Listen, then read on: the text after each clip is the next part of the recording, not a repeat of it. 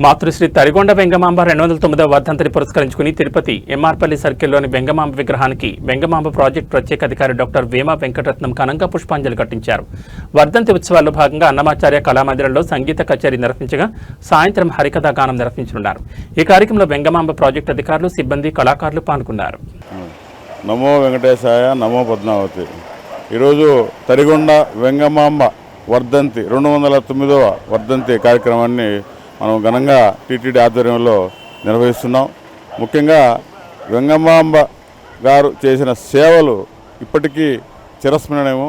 ముఖ్యంగా ఆమె శ్రీవారి ఆలయంలో ఏకాంత సేవలో ముత్యాల హారతి అనే విశిష్ట నిత్య కైంకర్యాన్ని నెలకొల్పిన ఘనత ఆమెకే దక్కింది. అదేవిధంగా తిరుమలలో భక్తుల ఆకలి తీర్చేందుకు వెంగమాంబ అన్నప్రసాద భవనం ఇప్పటికీ కూడా ఆమె అందించిన సేవలకు చిరస్మరణీయం. ఇలాంటి సేవా కార్యక్రమాలు ఎన్నో ఉన్నాయి.